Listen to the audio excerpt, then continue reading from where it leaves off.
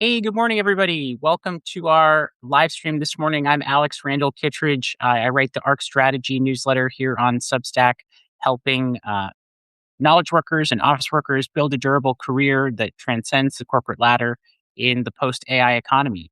I'm here this morning with Dennis Berry from Elite Hello. Leaders, Yeah. and we're here to talk about a little bit of a collaboration between our publications. We talk about similar things, but I think the title of this live stream is, mindset isn't enough, strategy isn't enough. Here's what actually works. And you know, some folks here might be familiar with this. There's a bit of an identity problem that folks nowadays encounter when their identity is so tied up in their work or in their career, and when that's tied to a single job or a single company, I think folks are more aware of this nowadays, but that can go away in a second. And, what does it actually take, both psychologically and strategically, to break that dependency on that validation or that corporate approval? Do you have any thoughts on that, Dennis? What it takes to, so I'm unclear on the question. So what it takes to, break out on your own uh and follow what your path or on. Yeah, I think that, but also, there's such a there's such an identity problem where, folks, I know earlier in my career, I so identified with my role and my company. And, that maybe that's a little bit, folks do that when they're more junior in their career. But what does it take to move beyond that identity problem where, you're identifying with your I'm with you. role and your company to one where, you're a little bit more independent? Yeah, I guess some of that comes with confidence and maturity. I think uh, getting into alignment, being more comfortable with what it is you do and who you want to become. I focus a lot on that in my work with people. It's a lot of focus and productivity um, stuff that I go over because I think we're all very unfocused. We're following a path that was designed, maybe or maybe not be have been designed for us. So I think that a lot of the problems come from uh, that we ended up working for a company. Maybe you did, or I did years ago, which is why I don't do that anymore. It wasn't the right path for me. And so I think, but my ex-wife, however, loved it.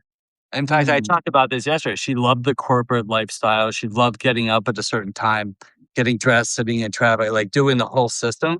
And she climbed up and she was VP of tech companies and she was like into it. She loved it. And I didn't. So I think that's part of it. I think if you don't like the company, if you don't love it, if you're doing it for a paycheck, I think that's a problem. And that a lot of people get stuck in. It's a cool that the world shifted a little bit and there's more opportunity available now to do something other than that. Or it's okay. I think a lot of people stayed in roles for a really long time that made them miserable. And it's more acceptable now, I think, to move on after a year or 2 years or whatever. Yeah, well, I think, it gets down to that mindset versus strategy question. And I think I would love to unpack a little bit which one you think comes first. I think in reading your publication, you talk about the inner clarity and how that leads to outer results. Often talk about it in the opposite way. I talk about, structuring your portfolio career, getting your multiple revenue streams, create the conditions for the confidence to manifest itself. What do you think? I mean, it's almost like chicken or the egg. Which came first, the conditions for it or the mindset? That's a great question. I mean, I think it's different for everybody. I think it's also dependent on your circumstances early on. Um, some people just go right from school, maybe high school right into corporate. Although it's hard. I don't know how old you. I'm 54 years old, so like, and 36 years ago when I graduated high school, which is kind of weird to say, but it was like the path. You go to college, you get a job, like it was like everything was very um, predefined like that. Mhm. At least in my world, that's the way it worked. So, I think if you get into that and you start saving money and building portfolio, like if you start setting your life up that right way early on in your 20s and you can figure that out, I don't think a lot of people do now. I Yeah. think it's I think that that age has pushed out quite a bit. I think there's a lot of people still living at home with their parents, and they're not they don't have that mindset yet to put all this stuff together you're talking about. So I don't know. It's tough. I mean, but like the work that I do, I like we always start, and I work with like all different types of people, early stage entrepreneurs and CEOs of really big companies. And we always start with the same thing. And I talked about this yesterday on the other Substack Live. It is your vision plan. So it sounds a little hokey, but it's really the place you have to start, is because when we wake up in the morning, there needs to be a purpose. We need a purpose. Everybody says, "Oh, I want to make $10 million and retire when I'm 35." That's awesome, but the goal is to never retire. The goal is just to not have to work. We need to have purpose. And if you can figure out your purpose early on, that's amazing. Like I also one of my big clients that I do marketing, branding, business work with, he's a surgeon, a world-renowned surgeon. So he is my age, actually. We're the same age. Mhm. And, he knew he was an engineer first. Like he knew his path when he was a teenager. And he went through the Mayo Clinic. Like his whole path was he loves it. He loves cutting. He's a knee and hip replacement specialist. He loves cutting bodies open and Oh boy. doing all that stuff. And he did years ago. And he's an inventor. He invented knee and hip joints and stuff like that. Like he knows his purpose. And I don't think a lot of people do. And it took me a long time. I've been sober for 23 years. That's part of my story. I share that with everybody because I know if anybody's struggling, it's you can recreate your life anytime. And I did not know my purpose. I was stoned and drunk living in mountains. I was a ski racer, ski bum party guy for years. I went to culinary school. I was a chef. I thought that was my purpose 30 years ago. So life ebbs and flows. I think if you find your purpose and you write down what it is I want to do, and then you start working towards that. And now if you're in a job that you hate and you're like, well, my goal is to make $10 million, and you're in this job that pays you $30,000, then you hate it and you dread waking up every day and you're in debt, then you have to change. Otherwise, you're not going to get to your goal. So it's really getting in alignment with who you are, what you want to do, and where you want to go.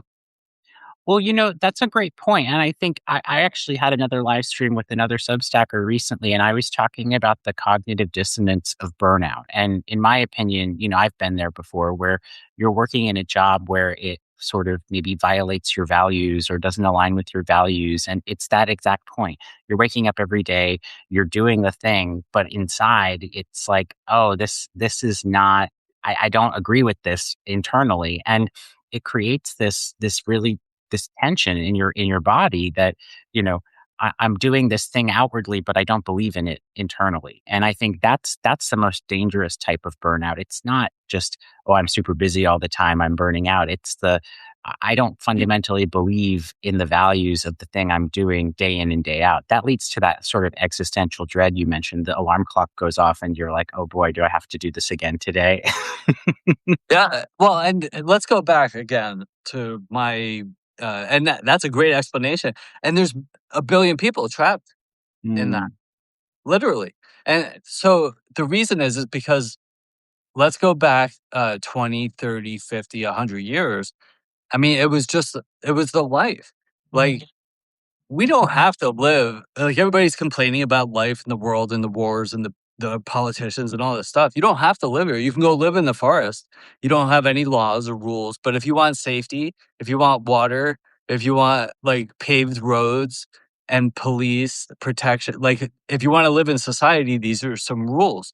And the rules hundreds or decades ago when we were building the Matrix, were they were I shouldn't say the rules. The path was You go to school, you meet somebody, you get married. Some people go to college, some people don't. You get a job and you stay in that job for 20 or Mhm. 30 years. There was a pension, you get a gold watch, and you pay your house off during that time. And then you have an asset or some equity or some sort of savings or whatever. And all that is gone. It's all over. Like you met somebody, the woman stayed home, cleaned the house, made babies, the husband went to work, and it was like that was life. It was like a structure. And it worked, Mm. kind of. Not everybody was really happy, but it did work. Like it built this system. And it's all gone. It's all over.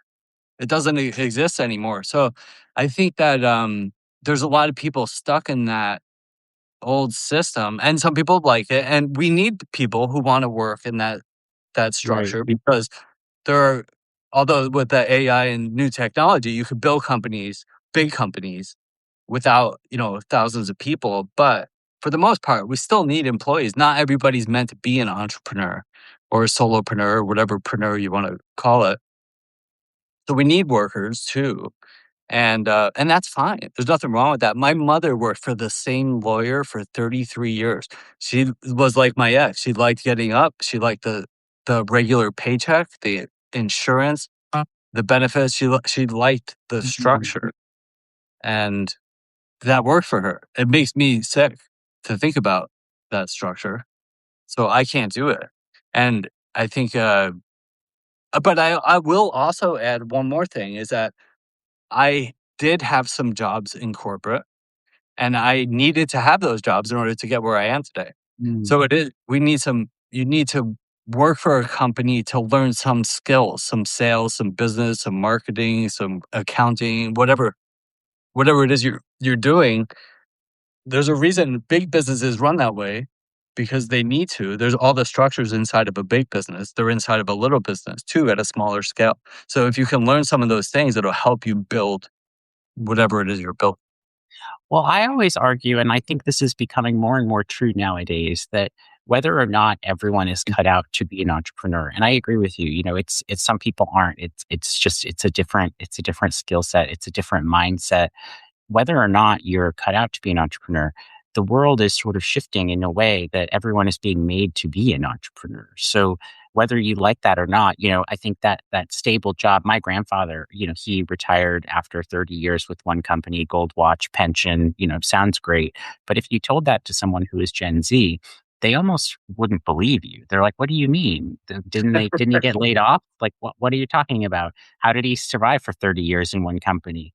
Yeah. And so I think it's that societal shift that even if you want to be that you know stable worker, work for somewhere for a long time, it's almost not possible anymore because companies are, laying folks off every year or every quarter, depending on the industry. And, now with AI, I hate to be the one to talk about this, but, you know, some companies recently laid off 40% of their workforce. They said AI had something to do with it. Whether or not that's true, whether or not it was another reason and they're just saying it was AI, I think there's definitely we both write about this. There's definitely a human advantage in the world of AI. When AI can do the technical skills or it can do the analysis for you, I've spoken about this before. The real skill is the human skill. AI can't yet go into a room of executives and present a PowerPoint and sell it to them emotionally or with a hook. That's still a human skill. Who knows, with the robots, what that'll be like in 10 years. But, you know, uh, there's so much of the technical skill that can be done by AI, but that career mode, in my opinion, is the more human side of things, that interpersonal skill or that emotional intelligence that a machine just can't do yet. Yeah, I agree 100%. In fact, the surgeon who I was telling you about, um, he's kind of a punchy dude. He likes to punch back against the healthcare system, which is great. We get along really well because I like to do that too. And but Elon Musk said stuff like the the technology, the AI technology, will be better than human surgeons Oh, in 3 years. And they've been doing that for years. They've been doing open heart surgery and all types of medical operations with AI and robots for a long time, Mhm. but they can't sit in the room with the patient who is living panicking fear Right. about their operation, whatever. Like some doctor is going to cut your body open and play with your organs and or joints or whatever it is.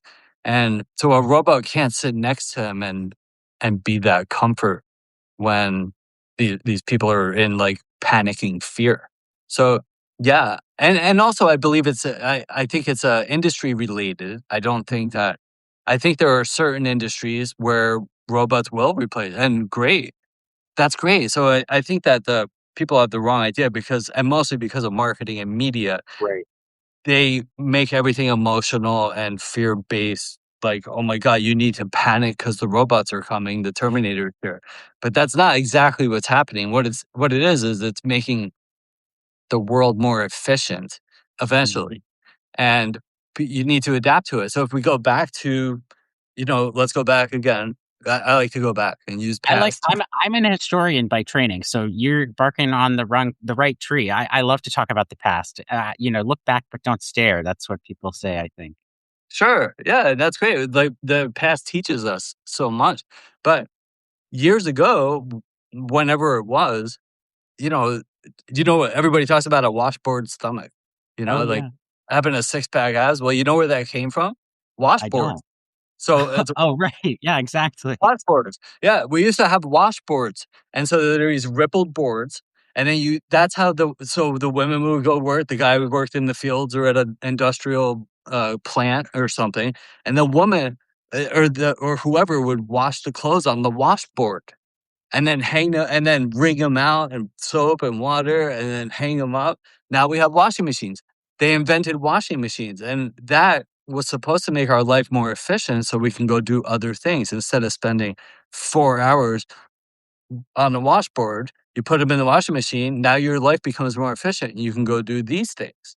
And then we have dishwashers, and then we have coffee machines. And like we invented all these things along the way to make our lives more efficient so we can go out and build new things. And that's what's happening. So AI is making our lives more efficient for many different types of roles. There's so many things that AI can replace humans for, but it's going to open up new things for humans to do eventually.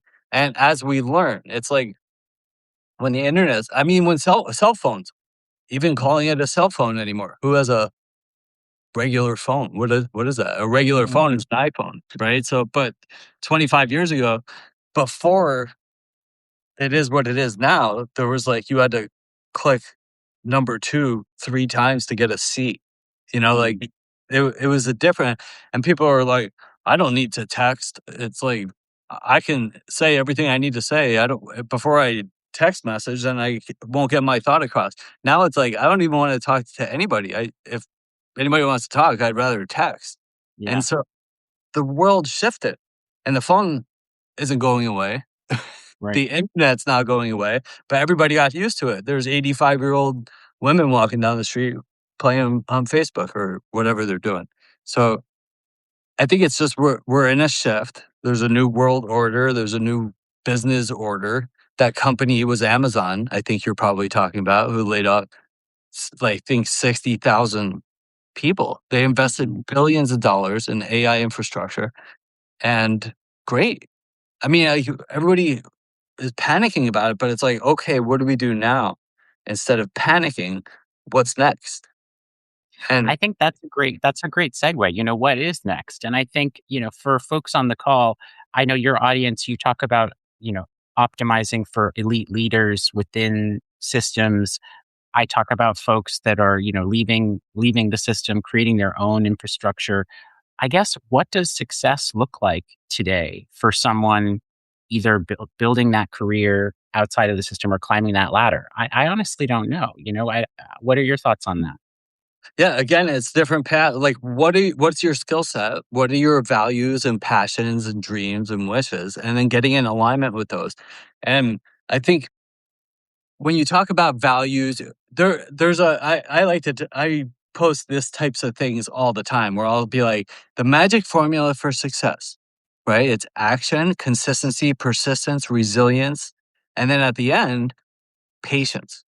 And Mm. the world is so AI automated, microwaved right now. Nobody knows what patience is. Everybody's looking at TikTok and Instagram reels and seeing these some seemingly famous, perfect lives going on, and they're like, I, I'm a loser, right? And so I think to answer your question, it's like there we have to like see who we are, what we want to do. It starts with the vision. Always write it down. Now the vision can change. Some Mm. people are like, "Hey, that vision plan, that's stupid," right? And it's like what it is a North Star. It's like I need a direction to start walking.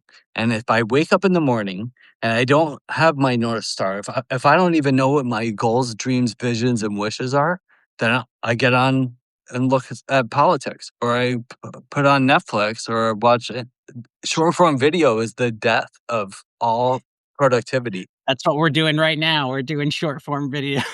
Yeah, it is.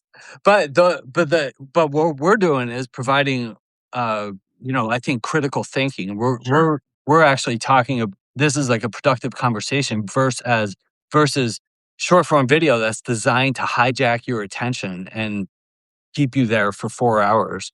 That's And true. so, you know, I think some people are well intentioned. They'll get on there and be like, "All right, maybe I can find out what I wanna do with my life." So I get on Instagram to look for that, which maybe isn't the best choice, but then 4 hours later, I'm watching giraffes play with kittens, and I'm like, "What just happened?" And it's a pattern, and while you're doing that, you order Uber Eats, and then put a video game on, and now we can't even do one thing at a time. I'm gonna put Netflix on too. And all of a sudden, I'm watching a 7 series thing, and a month goes by. And this is what's happening. And everybody's 50 pounds overweight and whatever. So you have to have a vision. Write it down. The vision can change. You can have a couple different ones, but you need to have a direction to go. And then, from there, then we can answer your question. Like, then what comes next? Well, if your vision there are some people, and I like Substack for this, there are some people who are writers and creative Mm. artists, and they just love writing poetry.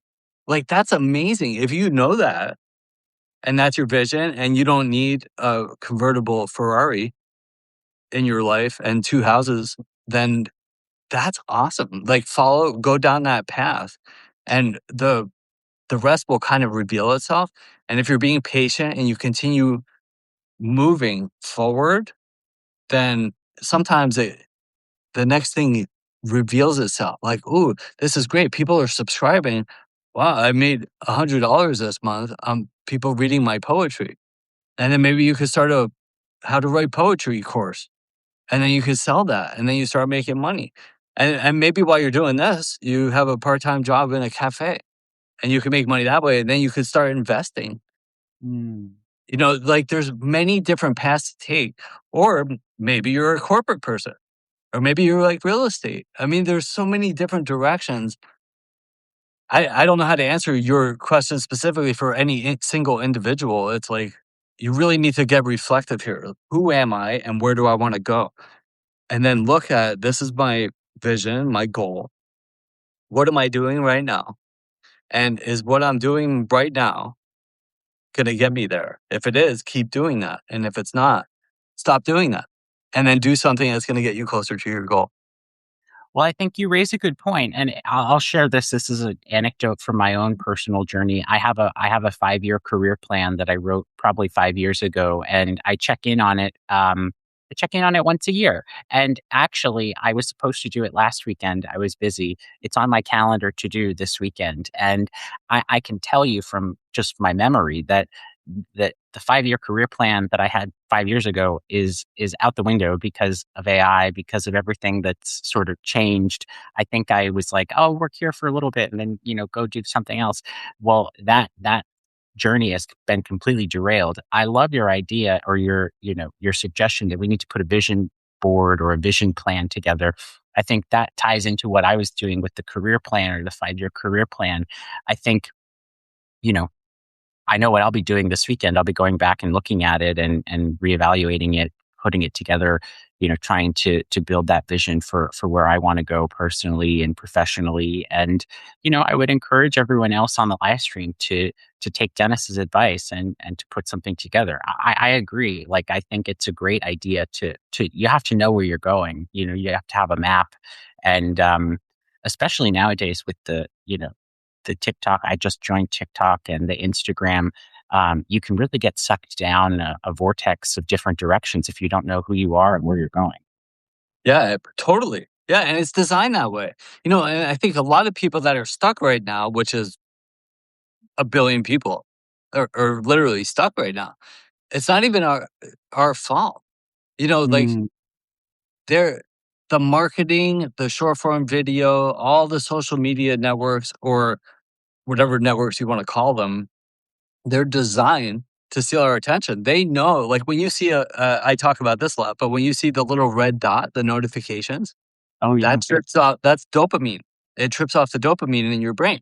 And it says, somebody loves me and it gets exciting. And so they know that.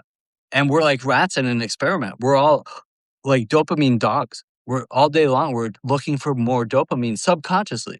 So our brain is doing it because, and here's what happens building a business, we watch these people that are successful. I'm pretty successful, and it didn't just happen. I've been doing Mm, it for like 25 years, and there was more failures, way more failures than successes.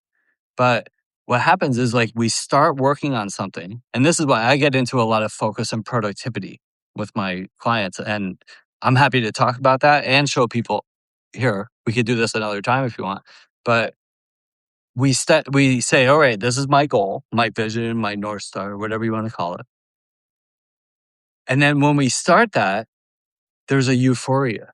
There's mm, like we picture the end. "Oh, I'm gonna be sitting on the beach, drinking martinis, driving my convertible, and life is amazing." And then we have in order to get there, that's level 10, and we're at level 1. And right around level 2, it gets hard. yeah. And we realize that, whoa, like those martinis and that Ferrari is a little further away than I thought. And in order to get to level 2, some people make it to 3 or 4. We have to learn stuff. And we have to Mhm. we have to like think about this because I know you're a smart guy and you're pretty motivated, which is need to be a little motivated at least. Is like when you start working on something, it gets hard and we Mhm. have to find our way through it. But our brain, our subconscious mind, which runs 90% of everything we do, the conscious mind is the mind of intent that says, here's my to do list. I have to do all these things. And the subconscious mind says, let's look at Instagram reels Yeah. and do what the subconscious mind says because it's there just to keep us comfortable and safe. Like that's what the subconscious mind, our brains work for us, but it's actually against us. And so in order to like figure out, like for instance, Substack, it's not an intuitive platform to put together. It took Mm, me months to figure out. And I built this like nice website experience for elite leaders and investors newsletter. Those are my two newsletters. But it took me months of banging my head against the wall and yelling and screaming to figure out how to do all that, watching YouTube videos. And there were times I wanted to quit, but I had to force myself to sit there and figure it out.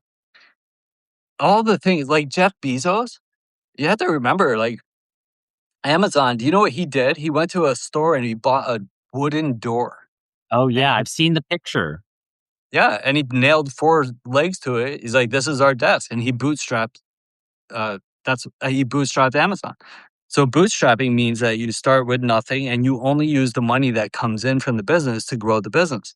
Mm, And so he's known for keeping a lot of cash. And he's a really, really smart guy, but he didn't start out by owning, hundreds of billions of dollars worth of cloud-based systems and the biggest retail company in the world and put the United States Postal Service out of business. He started out by selling used books in his garage, and then he had to learn new things to keep getting to the next level. And most people don't want to learn new things.